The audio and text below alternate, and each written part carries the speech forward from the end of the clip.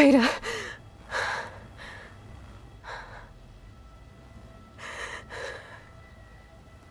Varl.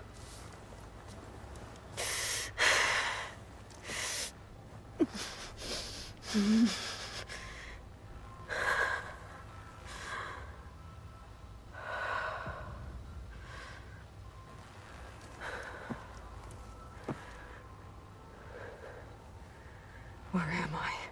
Ah, you're awake. You took quite a hit when Gerard attacked you. I imagine you must still be in a great deal of pain. I can assure you that we are safe. The others can't detect us here. You mean the other Zeniths? You must be Tilda. I wasn't sure if Beta would have told you about me. Where is she? Alive. And while she isn't where she wants to be, not in urgent danger. We must discuss how to get her back, of course, after you've shaken off the cobwebs. When you're ready, take the stairs down the hall and come see me. In the meantime, I'll make breakfast. Breakfast. Okay.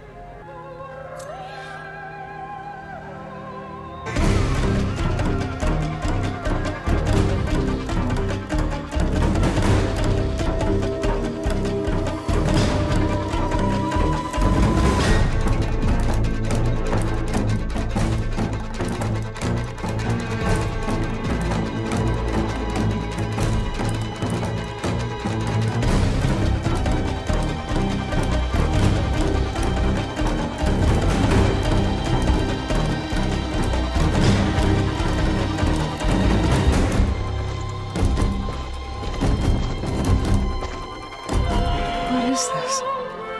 Just a few favorites from my collection. Rescued and stored here just before I went off-world. Take a look, if you like. I'm curious to hear your impressions. My friend is dead. Beta and Gaia are gone, and you want me to look at old paintings? Don't be so quick to dismiss the comfort we can find in art, or the insight we might gain.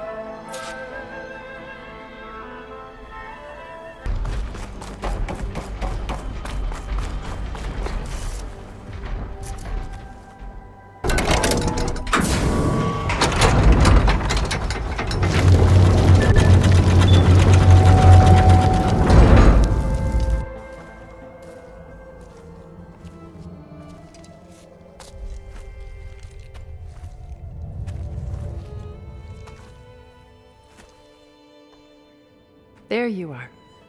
Feeling better? How did you find us? At the cauldron? And what did you do to everyone right before I passed out?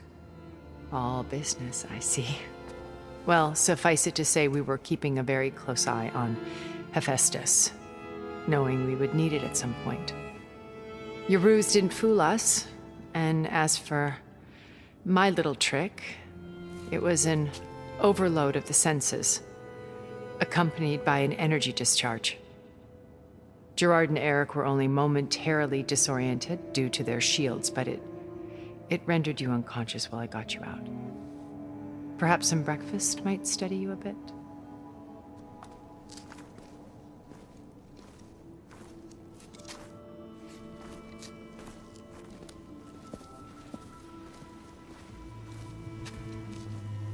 This was your house.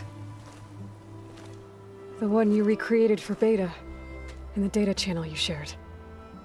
How perceptive of you. Please, this way. After everything your people have done, you think I'm just gonna sit down and have a chat with you? They're not my people. They never were, and especially not now.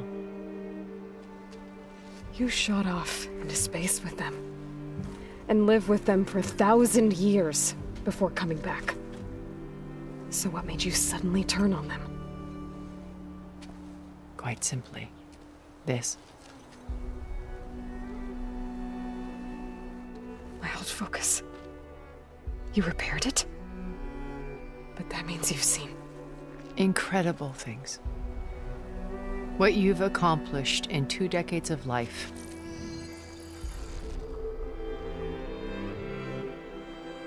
A 1,000 years at my back and I haven't even come close.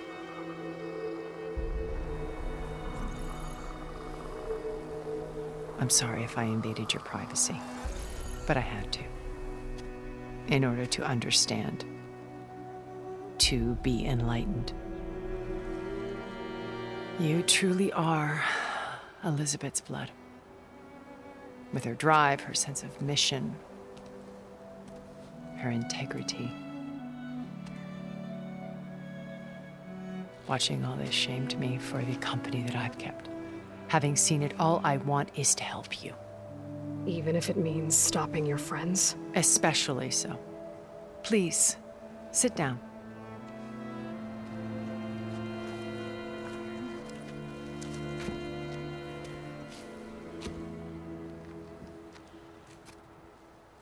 There.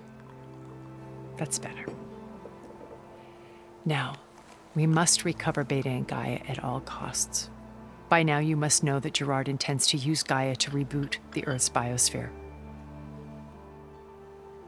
Remaking this world to specifications that would only suit us immortals. This process will kill every living thing on the planet. He calls it a clean install. Not if I stop him first. Not if we do. And once he and the others are gone, we can work together to fulfill Elizabeth's dream. I'm sure Beta told you that there's a build of the Apollo database on board our ship. A complete collection of human knowledge. With that and Gaia, we could do everything Elizabeth wanted. Heal the biosphere, educate the people of this world, uplift them. Create the world she imagined. Let's not get ahead of ourselves. From what I've seen, your friends are invincible. I do wish you would stop calling them my friends. And they're not invincible. In fact, a friend of yours has found a way to defeat them. Silence. Oh, he's been a busy bee, building an army powerful enough to crash through Gerard's precious base. Regala and her rebels. Even now, she's preparing a final march on the Tenakth capital. When she wins, she'll have the entire tribe under her control. Hundreds of warriors and machines to throw at the base. She's been duped. They'll all perish, of course. But it should be enough to break Gerard's defenses and allow Silence to kill him.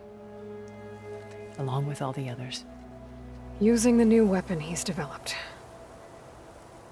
Yes, he's found a way to circumvent our shields. Truly an exceptional man. He's planned for everything. Except you and me.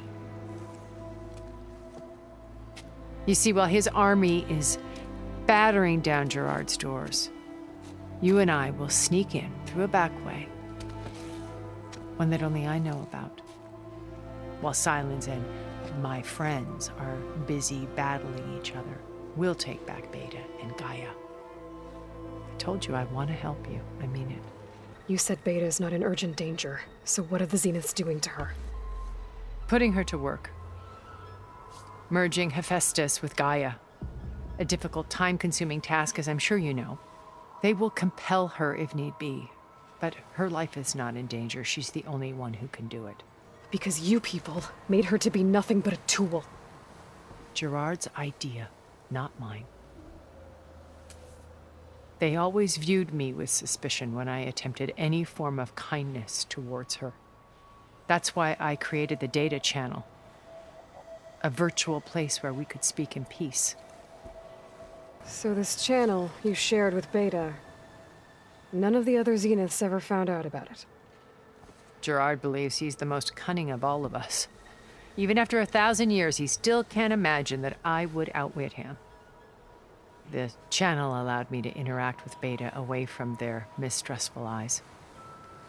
It offered us a chance to be ourselves. Until you cut off all contact. Yes, though it pained me. I was worried that our meetings would do her more harm than good. Well, she felt like you tossed her aside. I was afraid the others would find out and punish her. She may not have had the comforts of friendship anymore, but at least I ensured she was safe. I know it seems harsh, but you must believe that her well-being has always been paramount to me. Why did you make the data channel look like this place? I built this house as a shelter to weather any storm. A safe place. Not just for me, but for the art stored below. Cultural artifacts of incalculable value. Truly some of the greatest achievements of human civilization. And you wanted Beta to see them? Yes. Her upbringing was so cold and technical. I thought if she could experience Vermeer and Rembrandt, it would bring something else into her life. A heritage every bit as valuable as the scientific and technical data being drummed into her. I'm sorry I had to cut off contact, but I'll never regret sharing this house with her. She needed its shelter even more than I did. My old focus. How did you find it, let alone repair it? When we encountered you at the Hades Proving Lab, Gerard saw you as a redundancy. I knew better. You were a revelation. After your dramatic escape, bravo, by the way. Gerard and Eric assumed you were dead and gave up the hunt. I wasn't so sure. When the others were busy, I returned to the lab and searched for any trace of you. That's when I found this little treasure. Not easy to repair, but certainly worth the effort. As I watched your life unfold, you were like a splash of color on a worn canvas. What Liz was, and more. Did you show it to the others? Of course not. It was your actions that inspired me to defy them. It's worth noting that if I hadn't found it and watched its contents, I wouldn't have known to save you at the cauldron. You'd be dead. So I should be grateful? If you like.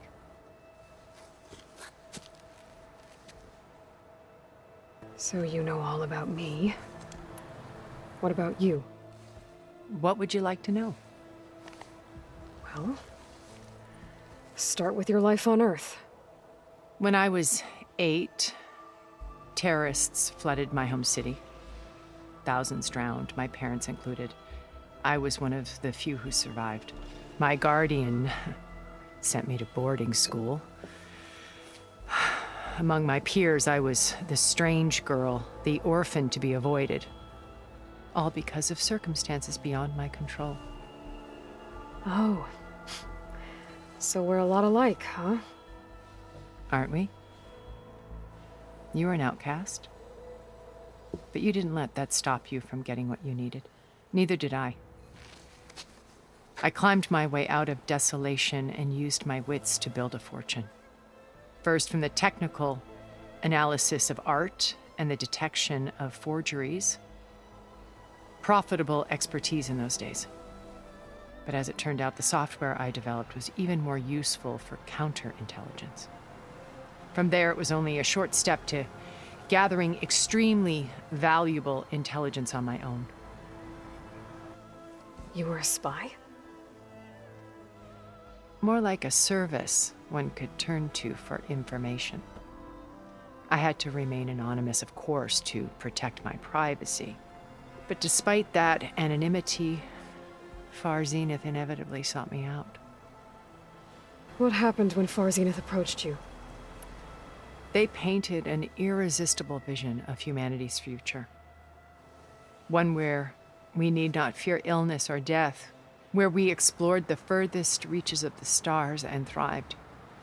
It was only later that I realized that they only intended to bequeath this future to the rich and powerful. By the time I finally figured it out, the walls were closing in, Pharaoh's machines were devouring the earth. So I accepted Far Zenith's invitation to a birth on the Odyssey. I wanted Liz to come, but she had nobler plans, as you well know. So you didn't know the other Zeniths were monsters until it was too late? I knew some of them were, certainly. It wasn't until we were off-planet that I understood the true scope of their greed. I was grateful to simply be alive, but the others became obsessed with a kind of effortless immortality.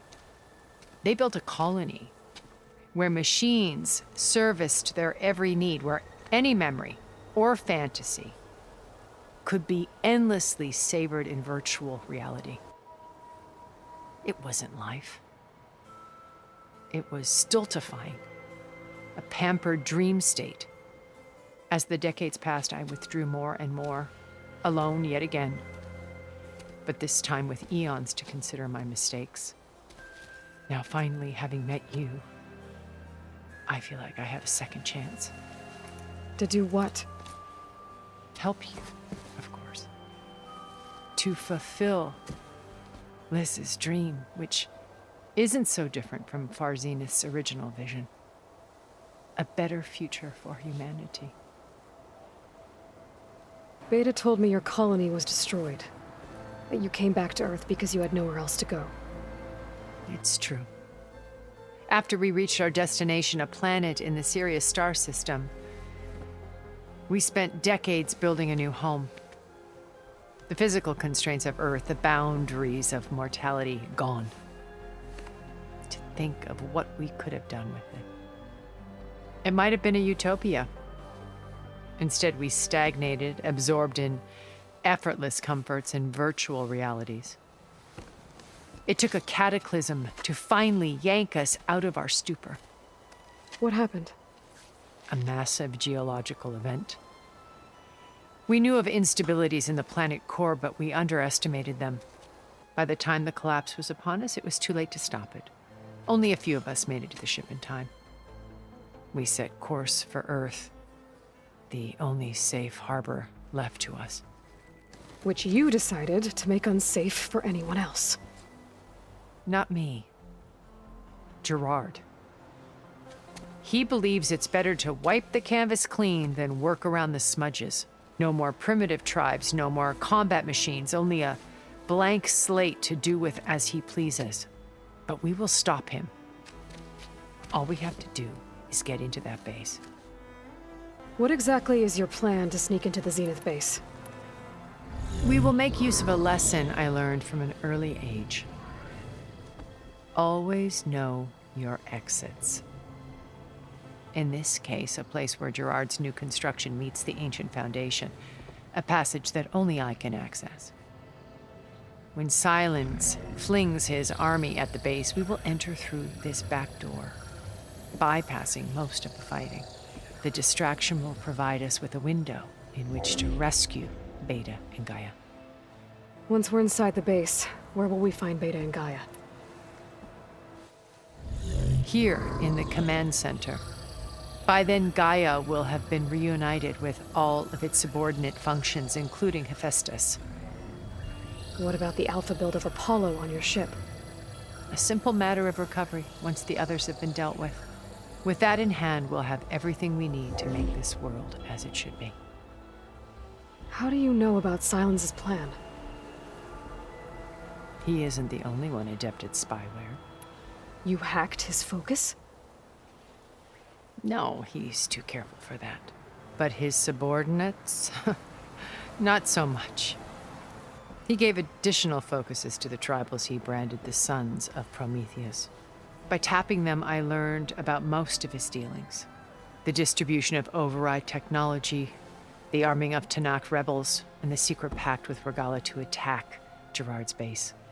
But how did he come up with a weapon that can take down your shields? That's the one thing I haven't been able to figure out, but however he did it, I'm quite certain it will work. With it and the Tanakh army, victory seems to be within his grasp. Such a shame he'll be disappointed. Regala's only interested in killing Hekarro and waging war on the Karja. What does she have to gain by attacking Zeniths? It's the price she must pay for her war. Without the ability to override machines, her little rebellion would have languished in the desert. So she trades with the Sons of Prometheus. Machines to help her overthrow Hekarro, in exchange for an assault on the base. Pride has deluded her into thinking she can actually survive such a battle. And all without ever knowing who the sons of Prometheus really answer to. Yet for all of Silence's brilliance, still he underestimates you. That blind spot is what will allow us to take Beta and Gaia right out from under him. So you knew Elizabeth. What was she like? Liz was everything she was. I see in you. And more. Your ingenuity, your determination, your moral compass. You've managed to distill her greatest qualities and make them your own. I'm not asking about me. Tell me about Elizabeth. What was she really like? The honest answer is that I don't actually know.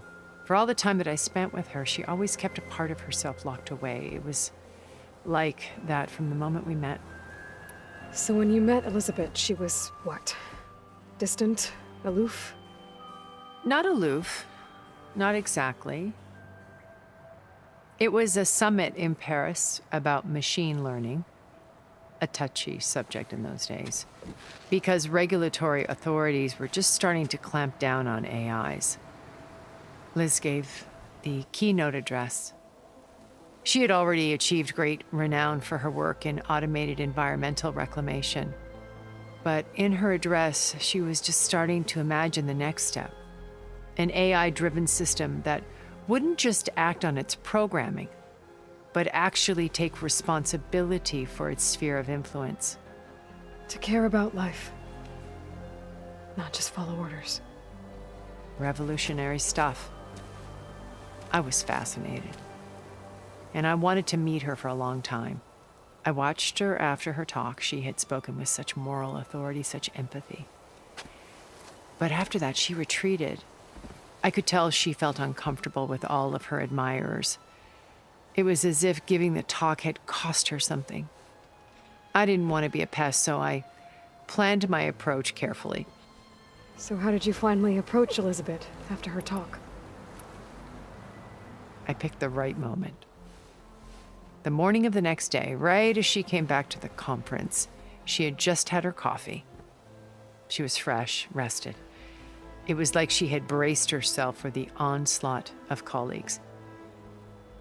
I asked if I could walk with her, then put forth a question about her talk that I thought was intelligent. Her answer made me realize it wasn't, but she was very welcoming, almost as if we were previously acquainted. It was only halfway through the conversation that I realized she knew exactly who I was. It was quite a shock to me. My business was trafficking in secrets, and I took great pains to protect my anonymity. So that was Liz, perpetually one step ahead. I came to view our meeting as a metaphor for our friendship. She always seemed to know me far better than I knew her. I guess I know the feeling.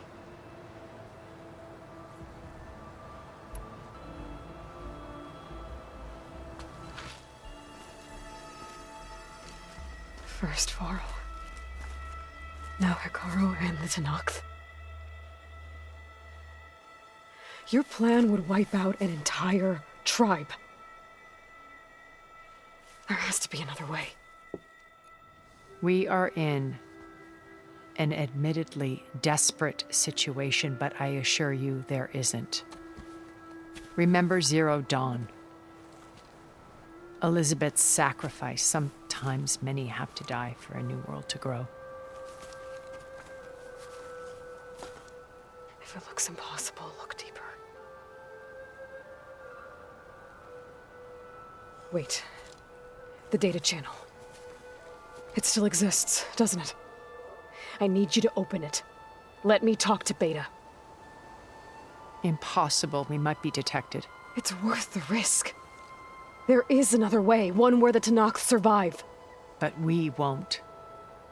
If the others... If you want to help, open it.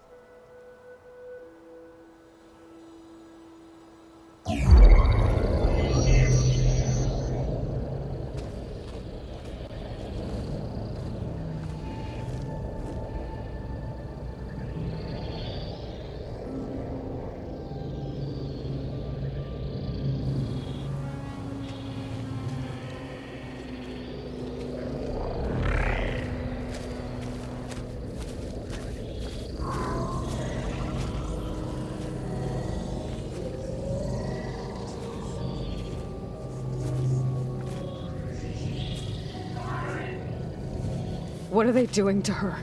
Virtual reality dissociation. The manual merge of Hephaestus will take hours upon hours of tedious micromanagement. If she resists the work, they run simulations to induce feelings of isolation and despair. Beta, can you hear me? You're alive. They're watching me. I can't hold up this extra projection for long. You should have killed me.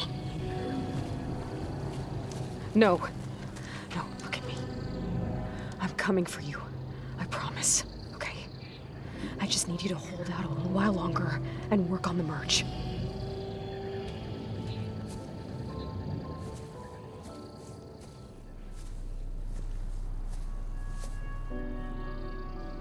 Then I think it can be done. I'll contact again when it's time. Can you hold on? As long as I know you're coming for me, I can endure anything.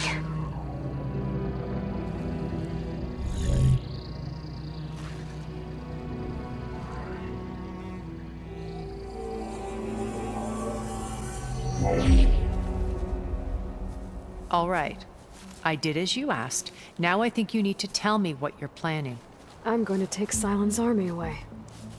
I don't need it. Only the weapon he made to penetrate your shields. And how do you propose to get it? Ask him nicely? Without Regala and her rebels, he won't have a choice. We'll be his only option. Only option for what? What did you tell her? That is between me and my sister. Will be Silent's only option for crashing that base. I'll tell you the rest later. But first, there are a couple of things I have to do. Oh. And what are those? Lay my friend to rest.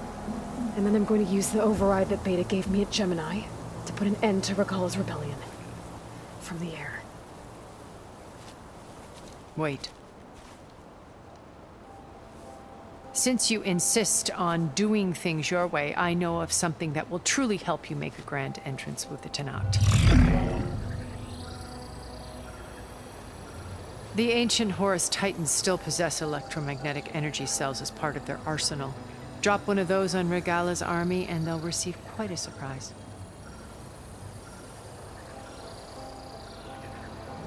So go, do what you must.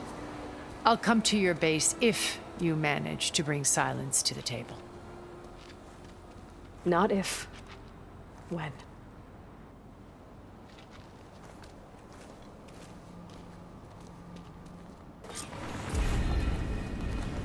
Erend, are you there? Aloy! Aloy, is that really you? Yeah, it's me. Where's everyone else? We're all... we're back at base. What happened? It might be easier to explain in person.